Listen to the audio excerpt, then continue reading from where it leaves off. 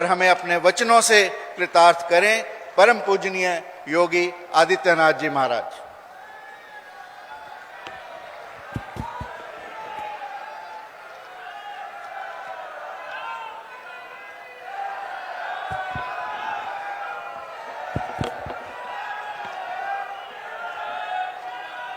सियावर रामचंद्र भगवान की, सियावर रामचंद्र भगवान की, वृंदावन बिहारी लाल की, वृंदावन बिहारी लाल की, भारत माता की, भारत माता की, वंदे वंदे वंदे।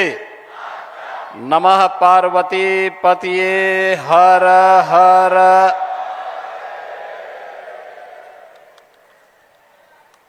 दिव्य गीता प्रेरणा महोत्सव जियो गीता के तत्वाधान में आयोजित आज के इस समारोह में मुख्य अतिथि के रूप में जिनका मार्गदर्शन अभी प्राप्त होने वाला है, दुनिया के सबसे बड़े स्वयंसेवी संगठन राष्ट्रीय स्वयंसेवक संघ के सरसंघ चालक परम श्रद्धेय डॉक्टर मोहन राव भागवत जी, संस्थापक जियो गीता पूज्य स्वामी ज्ञानानंद जी महाराज,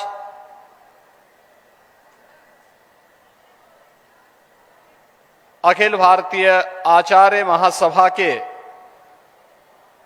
महासचिव पूज्य स्वामी परमात्मानंद जी महाराज, जगत गुरु रामानुजाचार्य पूज्य स्वामी श्रीधराचार्य जी महाराज, जगत गुरु पूज्य स्वामी संतोषाचार्य सतवा बाबा जी, मंच पर उपस्थित पूज्य संतजन स्वामी धर्मेंद्र दास जी महाराज, स्वामी रामचंद्र दास जी महाराज, स्वामी शशिकांत दास जी महाराज, माननीय श्री रामलाल जी, राज्यसभा के माननीय सदस्य और उत्तर प्रदेश के पूर्व deputy CM doctor Dinesh Sharma ji, पूज्य संतजन और भारी संख्या में दिव्य गीता प्रेरणा महोत्सव के इस कार्यक्रम में उपस्थित सभी भगवत प्रेमी उत्साही बहनों और भाइयों, मैं सबसे पहले भगवान श्री कृष्ण की पावन जन्मभूमि और लीला भूमि के प्रदेश उत्तर प्रदेश में दिव्य गीता प्रेरणा महोत्सव के इस आयोजन के लिए आयोजकों को हृदय से धन्यवाद देते हुए परम श्रद्धेय सरसंघ चालक जी का इस महोत्सव में हृदय से स्वागत करता हूं, उनका अभिनंदन करता हूं।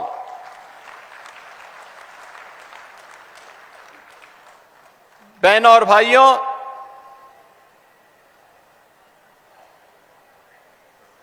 दिव्य गीता प्रेरणा महोत्सव की जब हम बात करते हैं तो श्रीमद् भगवत गीता के 700 श्लोक, जिन्हें हर भारत का धर्मावलंबी, सनातन धर्मावलंबी जीवन का मंत्र मान करके बड़ी पवित्रता के साथ बड़े आदर भाव के साथ उन्हें आत्मसात करने का प्रयास करता है, वह हम सबके सामने 18 अध्यायों की 700 श्लोकों की श्रीमद् भगवत गीता हर सनातन धर्मावलंबी के सामने आती हुई और एक नई प्रेरणा देती हुई दिखाई देती है। और जैसा यहां पे पूज्य स्वामी परमात्मानंद गिरि जी महाराज ने कहा था कि धर्म से ही शुरू होता है, अंत में भी उसी मर्म के साथ वह अपना विराम भी लेती है।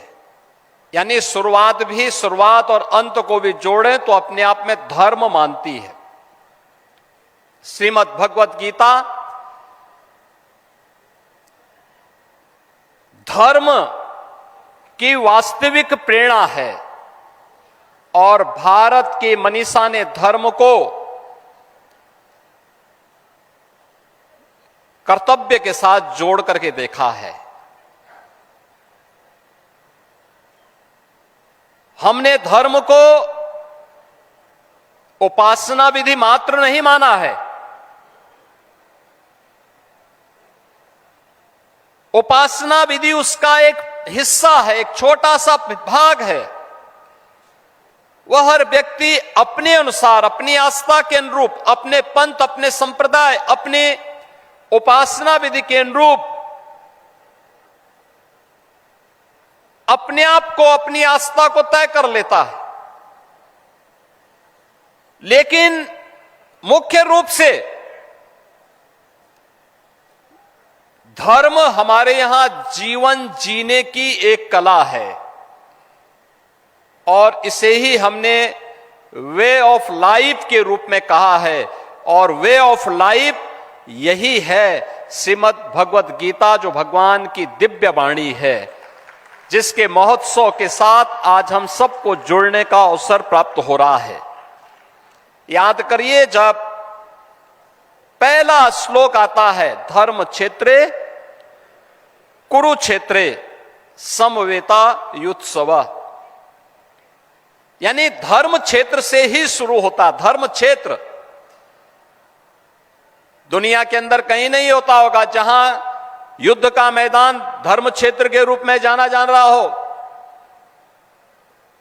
लेकिन हमारे यहां हर कर्तव्य को हमने पवित्र भाव के साथ माना है। अच्छा करेंगे पुण्य के भागीदार बनेंगे, गलत करेंगे पाप का भागीदार बनेंगे। और यह मान करके जब हर सनातन धर्मावलंबी चलता है तो वह अच्छा करने का प्रयास करता है। भारत ने विश्व मानवता को जो संदेश दिया है प्राचीन काल से ही, उसका वह संदेश भी वही है। आप याद करिए ना, हमने कभी नहीं कहा कि मैं जो कह रहा हूं यही सब कुछ है। हमने कभी ये नहीं कहा कि हमारी उपासना विधि ही सर्वश्रेष्ठ है।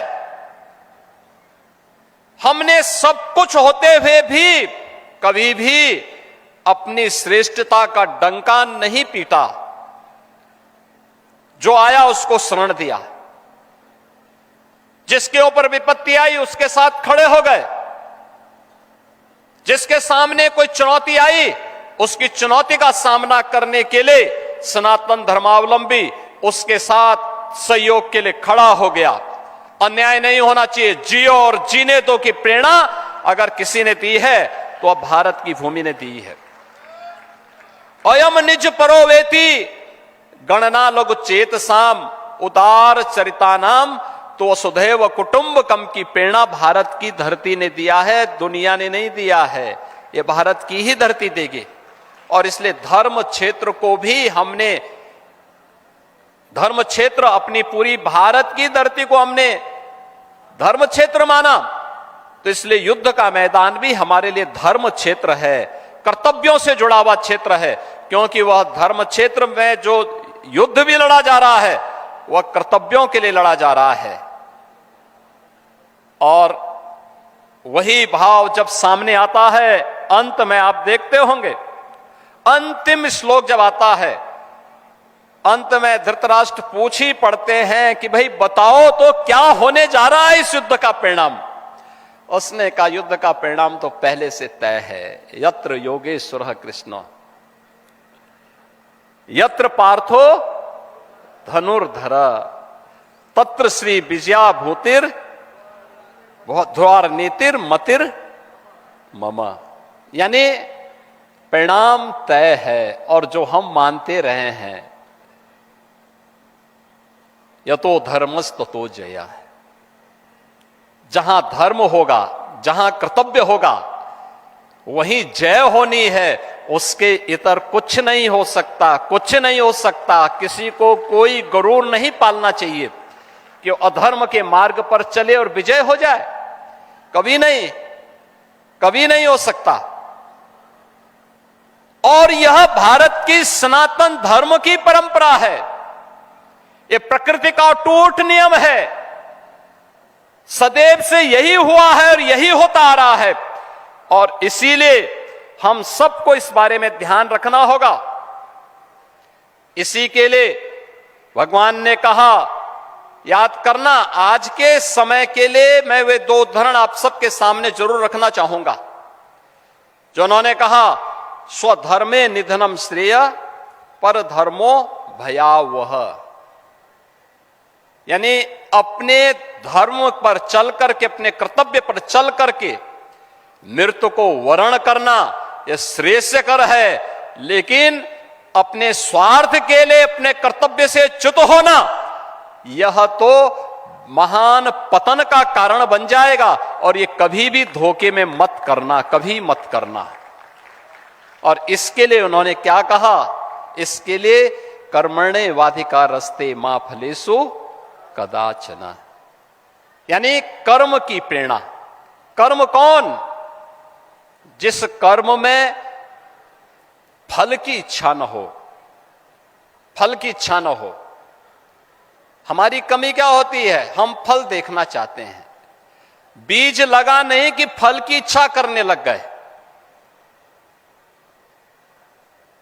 बीज सही लगा दोगे तो पेड़ फलेगा, अपने आप ही आपको फल भी दे देगा। इसलिए फल की चिंता मत करो। कर्म की प्रेरणा के साथ निष्काम कर्म योग की जो प्रेरणा भगवान श्री कृष्ण ने हम सबको दी है, कर्मण्ये वाधिकारस्ते मा फलेषु कदाचन।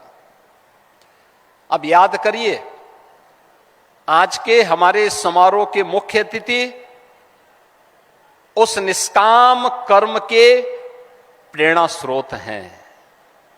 राष्ट्रीय स्वयंसेवक संघ अपने शताब्दी महोत्सव के कार्यक्रम के साथ जुड़ रहा है। दुनिया के लिए कौतूहल और आश्चर्य का विषय है। दुनिया के लोग आते हैं, दुनिया के एम्बेसडर आते हैं, हाई कमिश्नर्स आते हैं। वे हम लोगों से पूछते हैं कि क्या राष्ट्रीय स्वयंसेवक संघ से आप लोगों का जुड़ाव है। हम लोग कहते हैं हाँ, हम लोगों ने राष्ट्रीय स्वयंसेवक संघ में एक स्वयंसेवक के रूप में काम किया है। कहा इतना बड़ा संगठन कैसे हो गया, इसकी फंडिंग का पैटर्न क्या है। हमने कहा फंडिंग पैटर्न नहीं है, ये कोई ओपेक के देश यहां पैसा नहीं देते, यहां कोई इंटरनेशनल चर्च पैसा नहीं देता। यहां समाज के सहयोग से संगठन खड़ा हो रहा है और समाज के संगठन के लिए, समाज के लिए ही अपने आप को समर्पित भाव के साथ कार्य करता है और हर एक क्षेत्र में काम कर रहा है। कोई भी पीड़ित आएगा,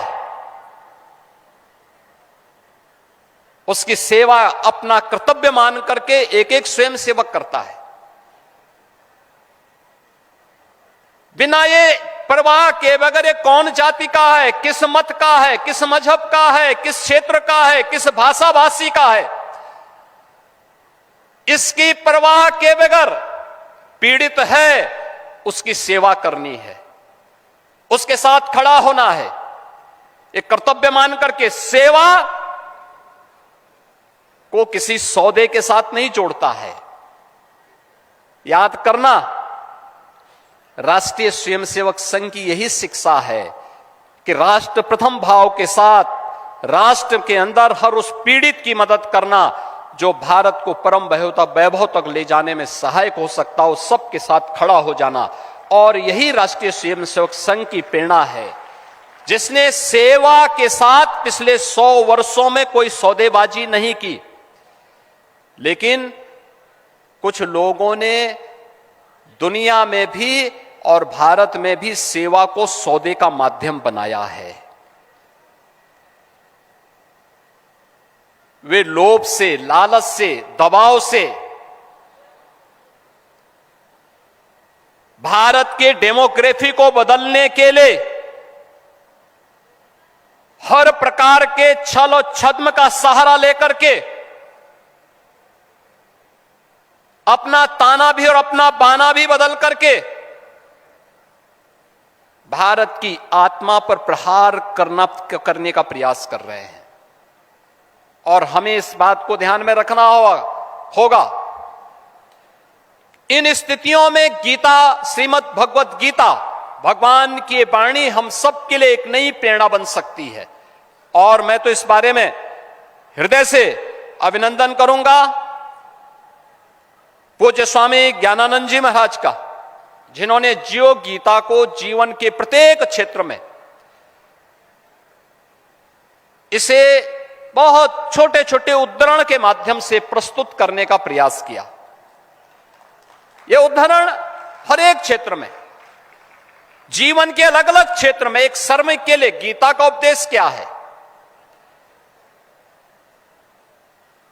एक किसान के लिए गीता का उपदेश क्या है और उसकी प्रेरणा क्या है, एक महिला के लिए गीता की प्रेरणा क्या है, एक छात्र के लिए गीता की प्रेरणा क्या है, एक नौजवान के लिए गीता की प्रेरणा क्या है, एक नौकरी पेशा व्यक्ति के लिए गीता की प्रेरणा क्या है, एक चिकित्सक के लिए, एक अधिवक्ता के लिए, एक व्यापारी के लिए, एक योद्धा के लिए, एक सैनिक के लिए गीता की प्रेरणा क्या है। और इसे उन्होंने जियो गीता के माध्यम से प्रस्तुत किया है। उनकी छोटी छोटी पुस्तकें अत्यंत प्रेरणादायी होती हैं। और मैं कहता हूं, श्रीमद् भगवत गीता ये केवल जेल के कैदियों के लिए नहीं, बल्कि 140 करोड़ भारतवासियों के लिए यह एक दिव्य मंत्र है, जीवन में सफलता का मार्ग प्रशस्त करने वाले और जीवन जीने की एक कला का मार्ग है। और इसे हर व्यक्ति को अपने जीवन का हिस्सा बनाना चाहिए। इस विश्वास के साथ मैं आज के इस अवसर पर परम श्रद्धेय सरसंघ चालक जी का इस गीता प्रेरणा महोत्सव में हृदय से अभिनंदन करता हूं, उनका स्वागत करता हूं। उनका मार्गदर्शन श्रीमद् भगवत गीता और जियो गीता के इस अभियान को एक नई ऊंचाई प्रदान करेगा। इस विश्वास के साथ आप सभी श्रीमद् भगवत गीता के प्रेमी और श्रद्धालु जनों को मैं इस महोत्सव में भाग लेने के लिए हृदय से धन्यवाद देते हुए आप सबके प्रति भी अपनी मंगल में शुभकामनाएं देता हूं। धन्यवाद। जय हिंद।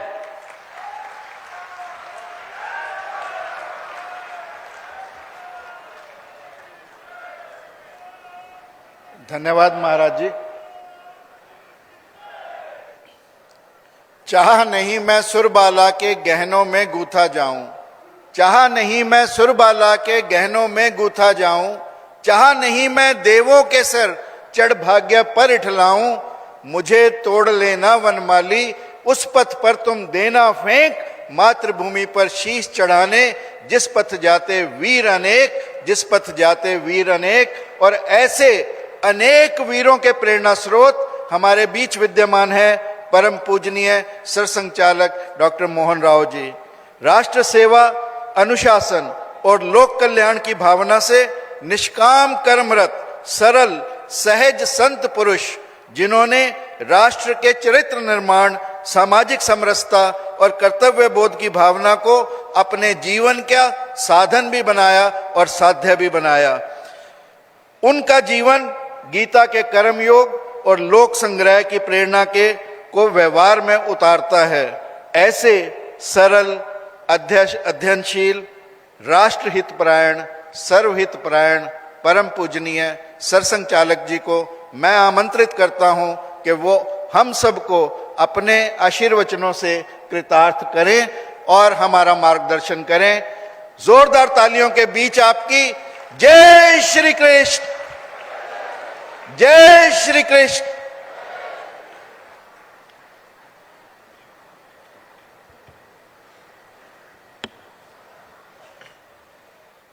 दोनों मंचों पर उपस्थित परम श्रद्धेय संत चरण, उपस्थित नागरिक सज्जन, माता भगिनी, अपने प्रदेश के आदरणीय मुख्यमंत्री जी सहित सभी संतों के सारगर्भित और ओजपूर्ण वचन आपने सुने हैं। गीता को जीना है। आज ये कार्यक्रम करेंगे और हो गया गीता से संबंधित हमारा कर्तव्य, ऐसा नहीं है। इस कार्यक्रम में हम इसलिए उपस्थित है कि हमको गीता जीनी है और इसलिए पहली बात तो मुझे लगती है कि कार्यक्रम में उपस्थित हम सब लोगों ने गीता पठन का क्रम बनाना चाहिए। 700 श्लोक है, रोज 2 श्लोक पढ़ेंगे और उन पर मनन करेंगे। उसमें जो सार मिलता है उसको अपने जीवन में लागू करेंगे, जीवन की एक एक कमी सुधारेंगे तो हमारा जीवन वर्ष भर में गीतामय बनने की दिशा में बहुत आगे चला जाएगा और उसकी आवश्यकता है। क्योंकि कुरुक्षेत्र पर जैसे अर्जुन मोहग्रस्त हुआ था, वैसे आज सारी दुनिया जीवन के रणांगण में भयग्रस्त होकर, मोहग्रस्त होकर रास्ता सूझ नहीं रहा है, इस अवस्था में बैठी है, आगे नहीं जा रही, दौड़ बहुत रही है, परिश्रम बहुत हो रहा है, पसीने छूट रहे, प्राण कंठ में आ गए, परंतु 1 इंच भी आगे नहीं बढ़ रही। जैसे 1000 साल पहले युद्ध होते थे वैसे युद्ध आज भी हो रहे हैं। जैसे 1000 साल पहले मनुष्य की क्षुद्रता, मनुष्य की लालच, मनुष्य का क्रोध, द्वेष, इसके सामर्थ्य के चलते सब प्रकार के गुनाह, अपराध समाज में चलते थे, वैसे दुनिया में सर्वत्र चल रहे हैं। भौतिक सुख समृद्धि बहुत हो गई, लेकिन जीवन में नीति नहीं, जीवन में शांति नहीं, जीवन में संतोष नहीं और इसलिए जीवन में विश्राम नहीं। यह स्थिति है। एक के बाद एक सब लोग कह रहे कि हम बहुत इस रास्ते पर बढ़कर चले आए, लेकिन हमको लगता है हमारा रास्ता गलत था। सही रास्ता चाहिए और सही रास्ता कहां से मिलेगा? भारत से मिलेगा। क्योंकि भारत की जीवन परंपरा वो ऐसी है कि उसके प्रभाव के दिनों में उसने सारी दुनिया को सुख शांतिमय दुनिया बना दिया। भौतिक ज्ञान की भी परमावधि और नैतिक उत्थान की भी परमावधि एक साथ। जीवन में अर्थ काम की कोई कमी नहीं, फिर भी सारे लोग धर्म से परस्पर व्यवहार करते हुए मोक्ष की ओर अपने जीवन को अग्रसर कर रहे हैं। इस प्रकार का अपने देश का चित्र था और उसी का अनुकरण सारी दुनिया करने के कारण सारी दुनिया में कम अधिक ऐसी स्थिति रही, 1 साल 2 साल नहीं, 3000 साल तक। उस जीवन को दुनिया चाहती है और दुनिया जानती है कि भारत के पास ये ज्ञान है। और श्रीमद् भगवद गीता युगों युगों के जीवन के अनुभव से भारत में जो ज्ञान स्थिर हुआ है उस ज्ञान का सारांश है। सर्वोपनिषदो गावो दोग्धा गोपाल नंदना। सत्य के निकट बैठकर जो ज्ञान प्राप्त किया, अनेक धाराएं चली, अनेक संप्रदाय चले, अनेक नियम व्रत आदि चले, उन सब का जो निचोड़ है वो भगवद गीता में बताया गया। क्योंकि आज जैसे दुनिया लड़खड़ा रही वैसे अर्जुन भी लड़खड़ा रहा था। और अर्जुन डरपोक आदमी नहीं था। अर्जुन आसानी से मोहग्रस्त होने वाला व्यक्ति नहीं था। वो तो कर्तृत्व का मूर्तिमंत प्रतिमान था। अत्यंत विपत्ति के क्षण में भी जहां सारी बातें लगती हो कि अपने खिलाफ है, वहां भी अपने धैर्य को न खोते हुए वो विजय प्राप्त करने वाला था। उसका एक नाम ही विजय है। ऐसा अर्जुन वो मोहग्रस्त हो गया। तब गीता का उपदेश हुआ। अर्जुन के प्रश्न बड़े गंभीर थे कि राज्य के लोभ में मैं अपने ही बंधुओं को क्यों मारूं?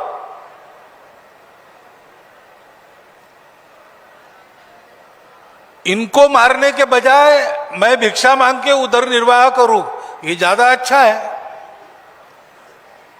क्योंकि इतने सारे लोग युद्ध करने के लिए आए, युद्ध होगा, भयंकर संहार होगा, सृष्टि की हानि होगी, समाज की हानि होगी, होती है युद्ध से।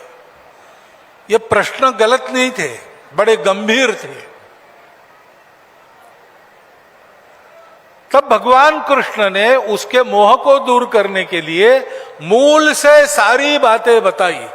अंत में भगवान ने कहा विमृश्य एतद अशेषेण, कुछ भी बाकी नहीं रखा, सब मैंने विमर्श तुम्हारे सामने स्पष्ट करके रखा है। ऐसा भगवान ने बताया। हमारे लिए सरल भाषा में क्या है? गीता मूल में पढ़नी चाहिए, समझ लेनी चाहिए तो पता चलेगा। और गीता का और एक गुण विशेष ऐसा है कि हर बार आप चिंतन करते हो तो हर बार आपको नई बात मिलती है जो अभी के आपके स्थिति में आपको उपयोगी लगती है। क्योंकि वो सब कुछ है, उससे सदा सर्वदा सब परिस्थितियों के लिए सब उपाय मिलते हैं। भगवान ने पहली बात बताई कि तुम समस्या को टालने का प्रयास कर रहे हो, भागने का प्रयास कर रहे हो। पहली बात है भागो मत, खड़े रहो। समस्या आई, उसका सामने से मुकाबला करो। समस्या का निदान पाना है तो दाएं बाएं नहीं देखना है, समस्या के अंदर घुस के निदान करना पड़ता है। और इसलिए खड़े रहो, भागो मत। अब तुमको लग रहा है कि यह सब ऐसा होगा वैसा होगा, हमारे लोग मरेंगे, मैं इनको मारूंगा, तो सुन, तुम मारने वाले जिलाने वाले तुम कोई नहीं हो, करने वाला अलग ही है। ये तुम्हारा अहंकार बोल रहा है कि मैं कर रहा हूं।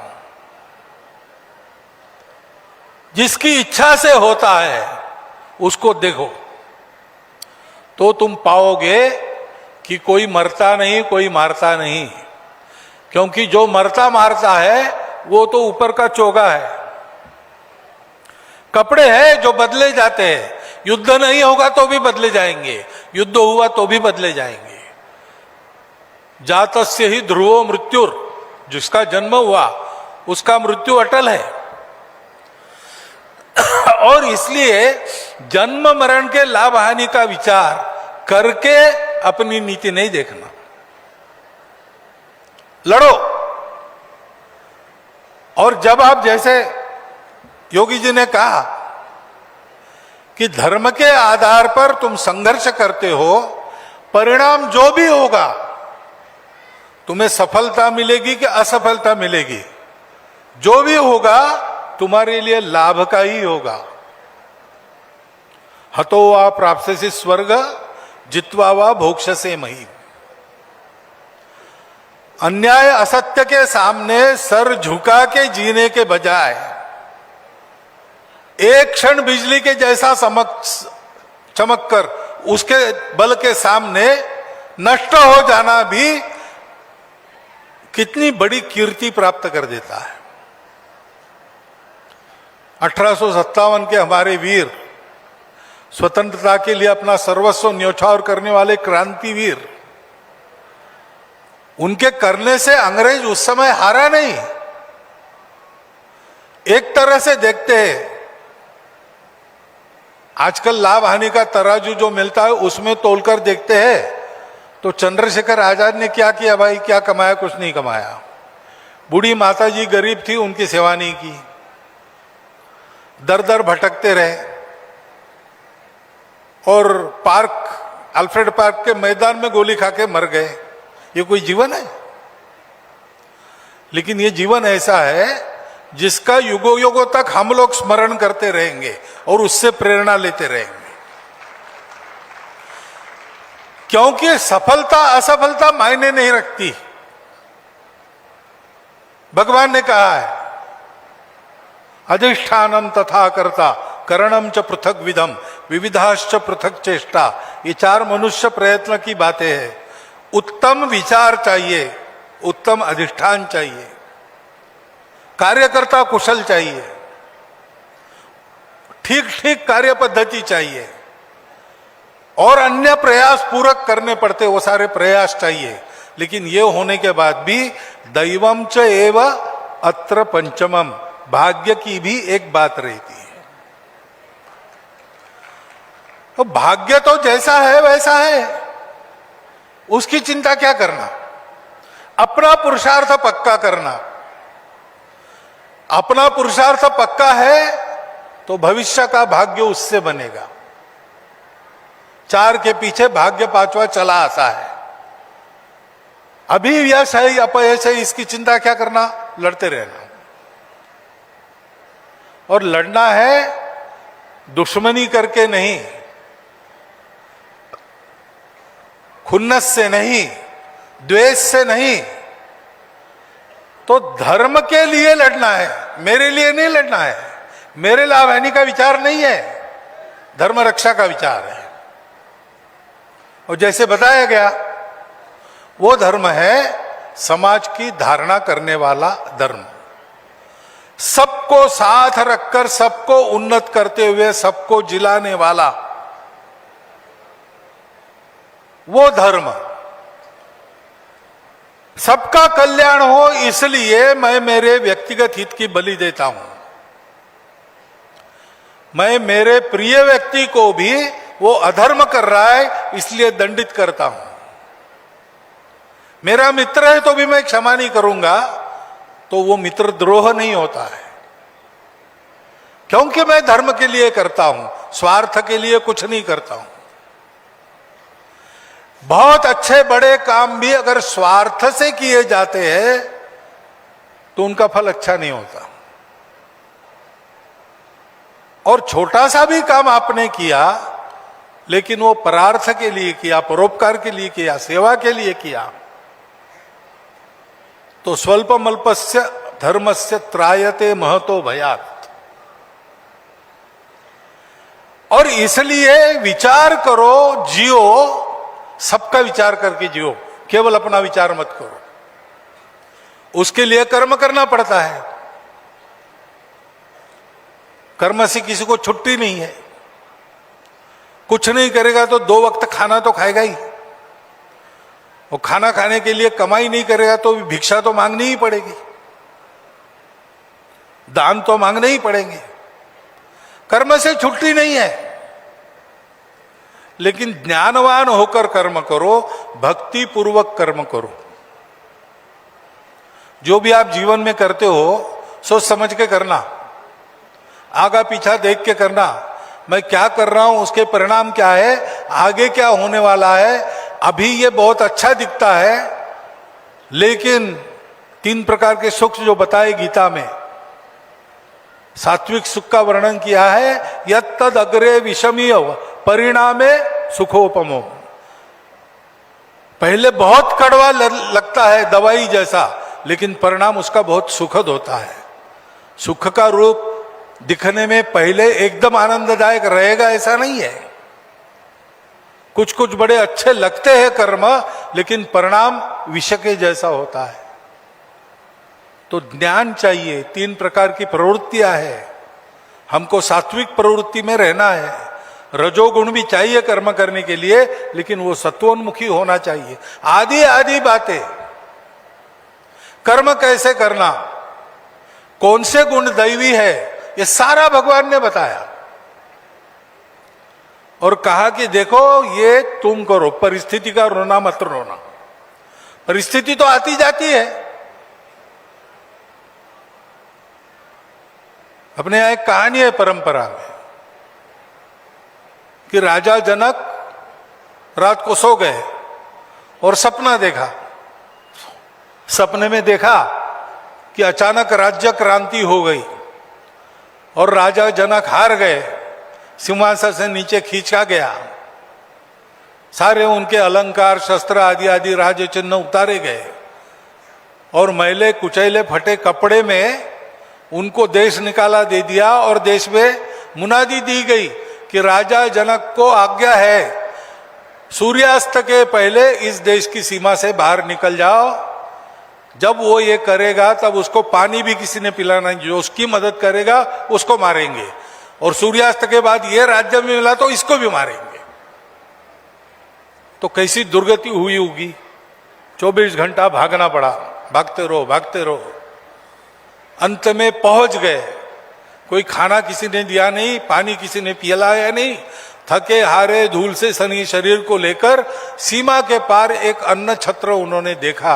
रात को 10-11 बजे पहुंचे और अन्न छत्र के प्रमुख को कहा कि भूखा हूं, कुछ दीजिए। तो उन्होंने कहा भैया ये तो अन्न छत्र ही है, भूखों को खिलाने के लिए ही है, लेकिन तुम आए ऐसे वक्त हो सब समाप्त हो गया, कुछ भी नहीं। बर्तन धोने के लिए चले गए। अब वहां जाके देखो भात के बर्तन में कुछ भात लगा होगा, खुरच कर ले लो। तो राजा जनक गए, देखा थोड़ा सा भात लगा था, वो खुरचा हाथ में लिया और कुएं के पास आ गए। यहां बैठकर खाएंगे और तुरंत पानी पिएंगे। बैठ गए तो रात को एक चील घूम रही थी। उस चील ने वो चावल के दाने देखे, उसने झपट्टा मारकर राजा जनक के हाथ से वो खुरचन भी निकाल के ले उड़ गई। राजा जनक हताश होकर जोर से चिल्लाए, क्षुब्ध होकर चिल्लाए और जग गए। देखते हैं तो महल में है, नरम नरम बिस्तर है।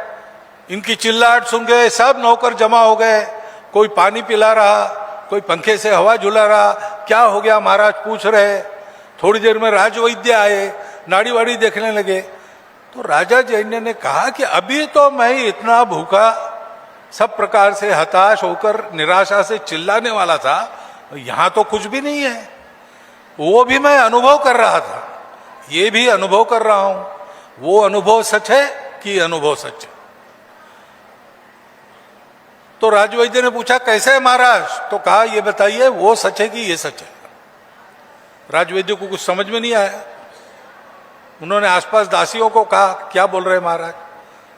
उनको भी समझ में नहीं आया। अब जो आवे राजा को देखने के लिए, राजा उसको एक ही प्रश्न पूछे, वो सच है कि ये सच है। उसको कुछ समझ में ना आवे, लोगों को लगा पागल हो गया राजा, क्या हो गया पता नहीं। लेकिन उनका एक वृद्ध प्रधानमंत्री था, उसको जब पता चला वो आया। उन्होंने कहा ऋषि याज्ञवल्क्य को बुलाओ, वो उत्तर देंगे इनका। याज्ञवल्क्य जी को बुलाया गया, वो आए, उन्होंने पूछा क्या हुआ महाराज। उनका वो सच है कि ये सच है। तो याज्ञवल्क्य ने कहा वो क्या था और ये क्या है। तो राजा ने वर्णन किया, स्वप्न का वर्णन किया और स्थिति का वर्णन किया। फिर याज्ञवल्क्य ने पूछा कि ये सब वो तुम्हारे शत्रु विजयी होकर तुम्हारी दुर्गति कर रहे थे और चील तुम्हारे हाथ का झपट्टा मार के छीन रही थी, तब तुम थे क्या। बोला मैं था, मैंने अनुभव किया। तो बोले अब ये कुछ नहीं है, सब प्रकार के सुख हाथ जोड़कर तुम्हारे लिए हाजिर है, तब तुम हो कि नहीं। तो बोला मैं हूं और वो नहीं है। तो बोले जब ये था तब वो नहीं था, वो था तब ये नहीं था, ये असत्य है। लेकिन वहां भी तुम थे, यहां भी तुम थे, तुम सही हो, तुम हो। परिस्थिति आती जाती है, हम हैं उसको झेलने वाले। तो अपने आप को जानो, हम है या नहीं। हमारा शरीर तो 100 साल रहेगा, उसके बाद वो भी जाएगा, लेकिन हम रहेंगे। ऐसे हम व्यक्ति के नाते हमको समझे, हम देश के नाते भी हम क्या है उसको समझे। हमारा देश संपूर्ण दुनिया का विश्व गुरु था, अनेक राजाओं के राज्यों से मंडित था, कवि चक्रवर्ती सम्राट भी होते थे। दुनिया का एक बहुत बड़ा संबल भारतवर्ष था, तब भी भारतवर्ष था। और 1000 साल तक आक्रामकों के पैरों तले रोंदा गया, पारतंत्र में जीना पड़ा, धर्मस्थलों की सब बातों की हानि हुई, जबरदस्ती मतांतरण होने लगा। ये सब था, तब भी भारत था। वो वैभव के दिन नहीं रहे, वो आक्रमण के दिन भी चले गए। अब राम मंदिर पर झंडा फहराने वाले हैं। तब भी भारत था, अब भी भारत है।